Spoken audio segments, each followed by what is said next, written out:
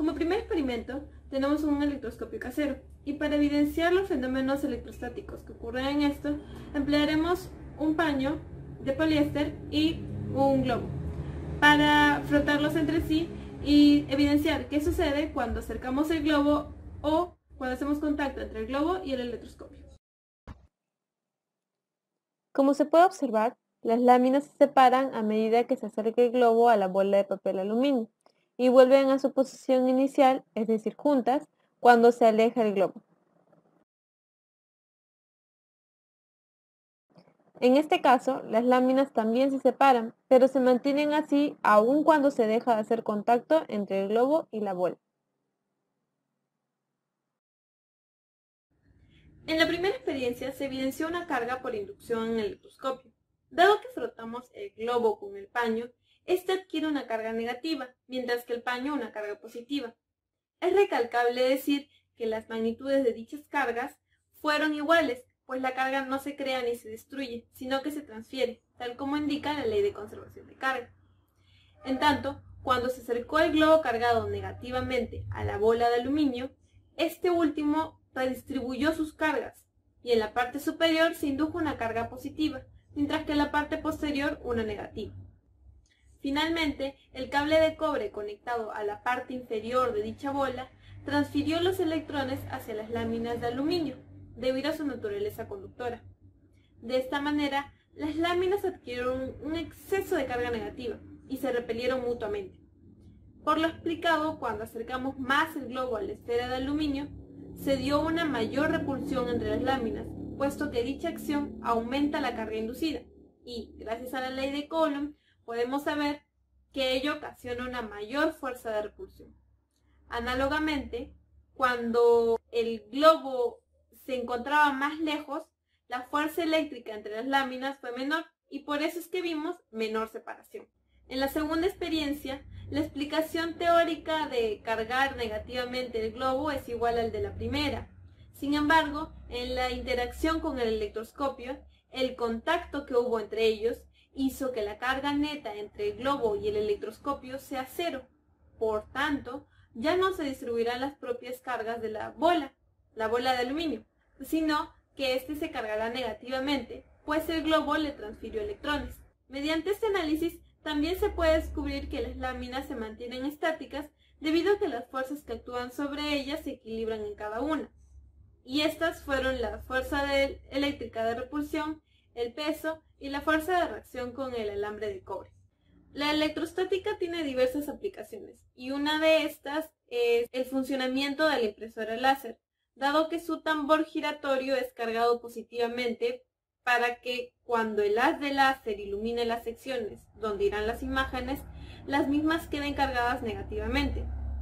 De este modo, la tinta de polvo del tóner cargado positivamente se adherirá solo a las secciones con carga negativa, pues cargas opuestas se atraen e iguales se repelen. Finalmente, siguiendo este mismo principio, los conductores cargan negativamente el papel para que la tinta se impregne al mismo y puedas obtener una hoja impresa luego de que ésta se caliente y hagan permanente la adherencia. Otra aplicación se da en el precipitador electrostático, dado que la limpieza del aire que ingresa en este es posible mediante la inducción de carga. La conexión a una fuente de alto voltaje crea una diferencia de potencial entre las paredes conectadas a tierra y los alambres en su interior. De este modo se forma un campo que parte de las paredes hacia el alambre y estas inducen la carga negativa de las partículas de polvo. Con ello se crea una fuerza contraria en estas y van a tender a pegarse hacia las paredes, permitiendo que solo el aire limpio pueda salir por el orificio del precipitador electrostático. Dos posibles fallos en este experimento son: 1. Utilizar una tapa de metal sin el material aislante que rodea el cable, pues si se hace esto, el cobre transferirá la carga hacia la tapa, pues se encuentra más cercana que las láminas respecto a la bola de aluminio. Y 2. Es que si el experimento se realiza en un ambiente húmedo, el fenómeno puede que no se aprecie muy bien, debido a que la carga del globo y la de la esfera en la segunda experiencia puede disiparse en el aire húmedo.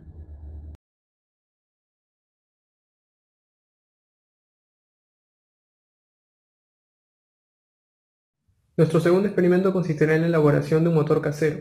En este observaremos el principio de la fuerza magnética aplicada a un cable conductor de corriente eléctrica. Para este experimento necesitamos los siguientes materiales: un imán o varios de estos, pilas o baterías, dos imperdibles y un alambre de cobre doblado de tal manera de que forma una pequeña espira en el centro. Es importante lijar la parte inferior de los extremos con el fin de remover el esmalte con el que vienen estos cables, para que así puedan hacer contactos con los imperdibles. Primero, es necesario adherir el imán a las pilas aprovechando la atracción magnética que ambos ejercen. Luego, debemos unir los imperdibles a los extremos de las pilas. Esto puede hacerse con ayuda de una cinta aislante. Sin embargo, en nuestro caso la cinta que teníamos para realizar el experimento no aseguraba un contacto permanente entre los imperdibles y las pilas, por lo que se consideró mantener unidos estos dos materiales con las manos durante el funcionamiento del motor. Como último paso, colocamos el cable dentro de los imperdibles para apreciar el funcionamiento de este motor casero.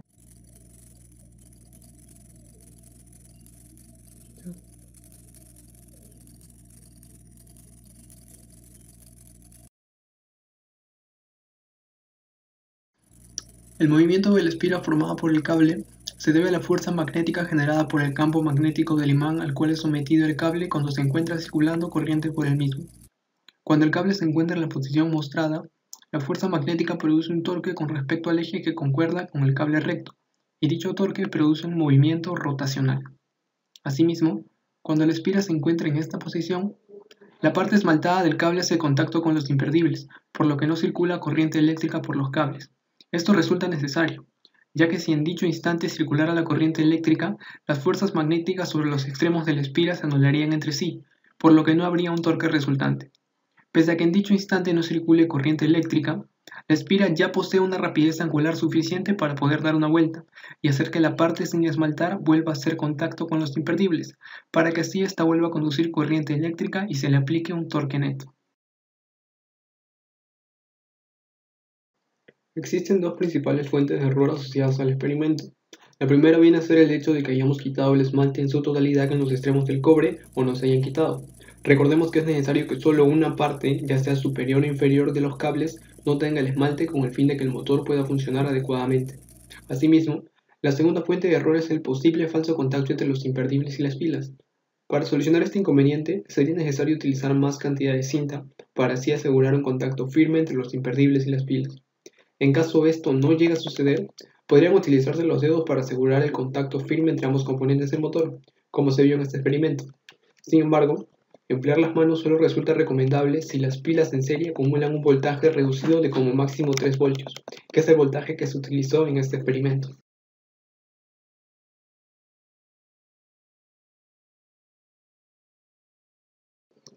Otra de las aplicaciones de la fuerza magnética ejercida sobre un cable conductor, además de los motores eléctricos, vienen a ser los altavoces o parlantes. Estos tienen como componentes principales a una bobina conductora y a un conjunto de imanes permanentes. Los imanes permanentes crean un campo magnético radial que ejerce una fuerza neta sobre la bobina del sonido, cuyo módulo resulta a su vez proporcional a la magnitud de la corriente en la bobina, la cual es determinada a partir de la señal analógica recibida por el amplificador. Asimismo, la dirección de la fuerza puede ser hacia la izquierda o la derecha. Esto depende de la dirección de la corriente. Por ejemplo, para la figura mostrada, analizando la dirección de la corriente y el campo magnético mediante la regla de la mano derecha, la bobina se moverá hacia la derecha, pues la fuerza magnética estará en esa dirección. Como la corriente en la bobina es cambiante en cuanto a dirección y magnitud, esta realizará un movimiento oscilatorio debido a la variabilidad de la fuerza magnética que se le ejerce. Como resultado, la bobina realizará oscilaciones junto con el cono rígido del altavoz, y son las oscilaciones de este último componente los que generan las ondas sonoras.